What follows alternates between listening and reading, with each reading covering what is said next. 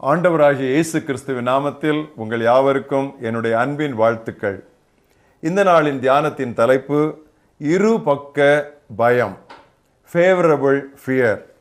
வாசிக்க வேண்டிய வேத பகுதி லேவியராகமும் 19ஆம் அத்தியாயம் 10 முதல் 18 வசனங்கள். உன் திராட்சை தோட்டத்திலே பின் அறுப்பை அறுக்காமலும் அதிலே சிந்தி கிடக்கிற பழங்களை பொறுக்காமலும் அவைகளை எளியவனுக்கும் பரதேசிக்கும் விட்டுவிடுவாயாக. நான் உங்கள் தேவனாகிய கர்த்தர். நீங்கள் களவு செய்யாமலும் வஞ்சனை பண்ணாமலும் ஒருவருக்கொருவர் பொய் சொல்லாமலும் இருங்கள்.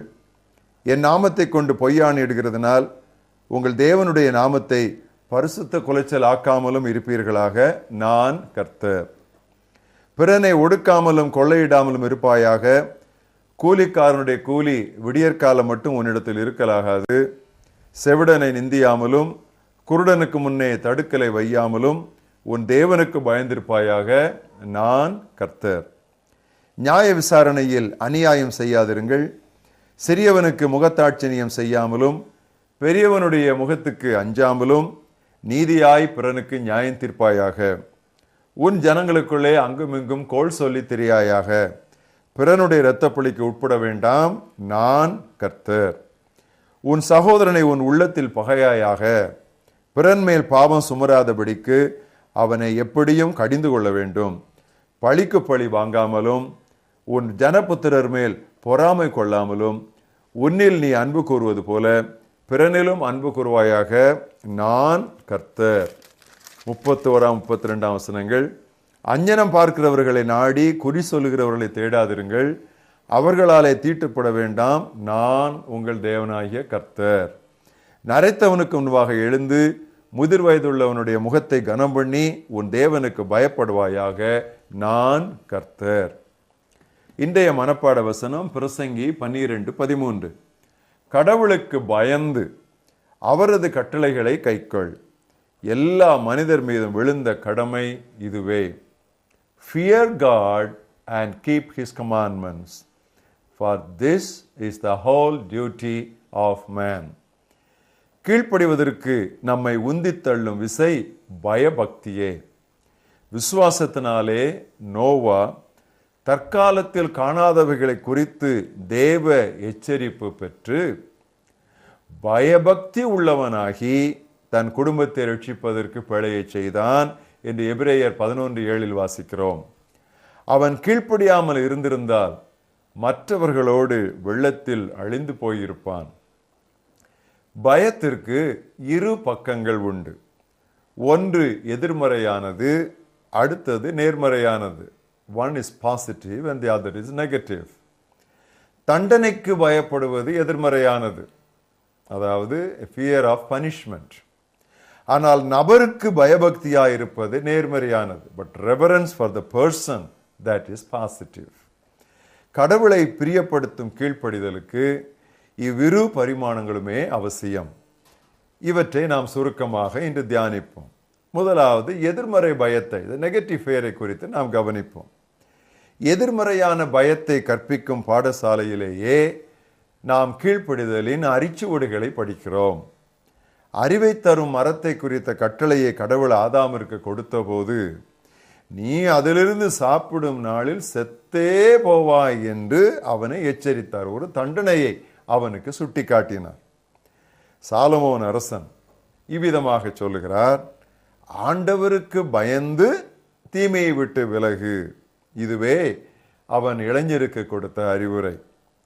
நாடுகளில் ஊழல் மலிவது, சமுதாயங்களில் நன்னெறி மறைவது, உலகம் தீங்கானவற்றை அணைத்து கொள்ளுவது, திருச்சபை பாவத்தை கண்டும் காணாமலும் இருப்பது போன்ற எல்லாவற்றிற்கும் முதல் காரணம் கடவுள் பயம் இல்லாததே. கடவுள் பயம் என்பது அவருக்கு முன் ஒன்றையும் மறைக்க முடியாது என்ற அறிவினாலேயே வருகிறது.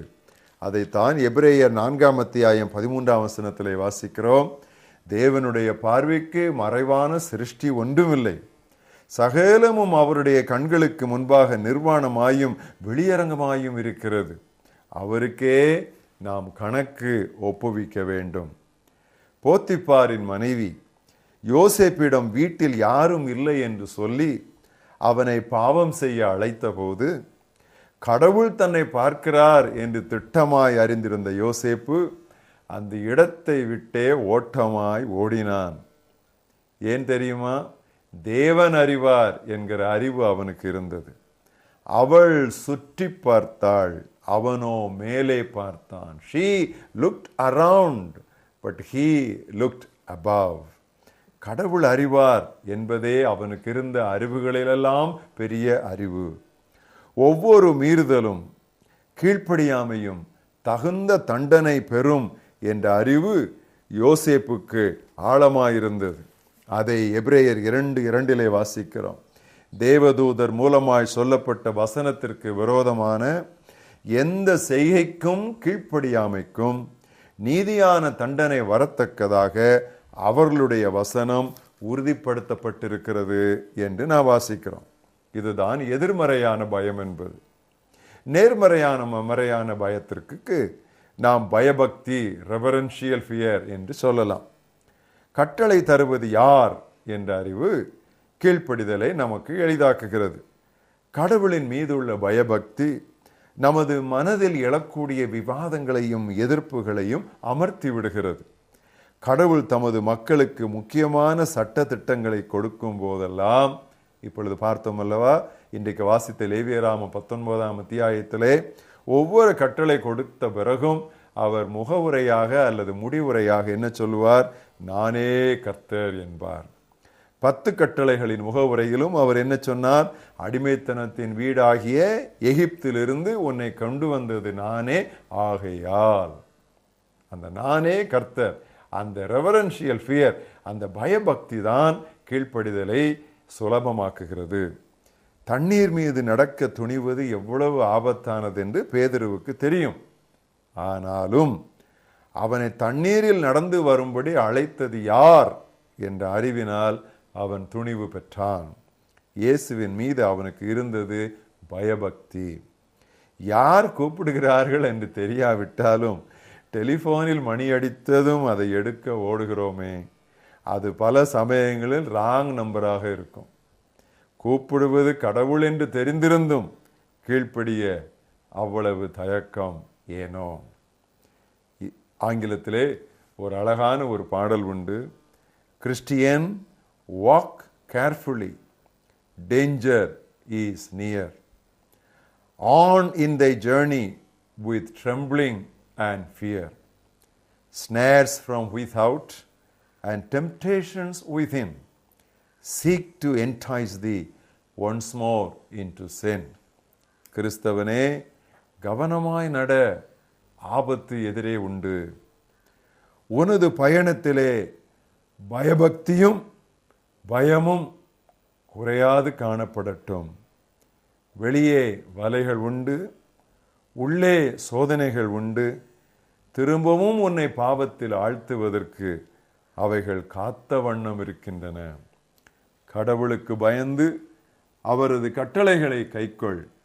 எல்லா மனிதர் மீதும் விழுந்த கடமை இதுவே. எங்கள் மகா பெரிய தேவனே, எங்களுக்கு நீர் பயனுள்ள கட்டளைகளை தரும் பொழுதெல்லாம் நான் கர்த்தர் ஆகையால் இதை செய்யுங்கள், நான் கர்த்தர் ஆகையால் இதை செய்யாதிருங்கள் என்று தெளிவாக நீர் எங்களுக்கு போதித்தீர். ஆண்டவரே, பாம்புக்கு பயப்படுகிறது போல் பயப்படாமல் எங்கள் ஆண்டவருக்கு நாங்கள் பயபக்தியாயிருக்க, மகா பெரிய தேவன், சர்வ வல்லவர், அண்ட சராசரங்களையும் படைத்தவர், தேவாதி தேவன், கர்த்தாதி கர்த்தா, ராஜாதி ராஜா, அவர் சொல்ல மறுக்க நாங்கள் யார் என்ற நினைவும் அறிவும் எங்களை விட்டு ஒரு நாளும் அகலாதிருக்க உதவிதார். கீழ்ப்படியாமையின் புத்திரராயிருந்து கீழ்ப்படியாமையின் ஆவியினால் நாங்கள் அலைக்கழிக்கப்படாதபடி பணிவோடும் நன்னம்பிக்கையோடும் விசுவாசத்தோடும் பயபக்தியோடும் உமக்கு முன்பாக நாங்கள் எப்பொழுதும் நடந்து கொள்ள நீர் எங்களுக்கு உதவிதார். இதையல்லாமல் நீர் வேறே என்னத்தை எங்களிடத்தில் எதிர்பார்க்கிறீர் ஆண்டவரே? இவ்விதமான எளிய கீழ்ப்படிதலான ஒரு வாழ்க்கை எங்களுடைய கிறிஸ்தவ ஓட்டத்தை நெடுகவே அலங்கரிக்க வேண்டும் என்று எங்கள் ஆண்டவராகிய இயேசு கிறிஸ்துவின் நாமத்தில் ஜெபிக்கிறோம் எங்கள் ஜீவனுள்ள பிதாவே, ஆமென்.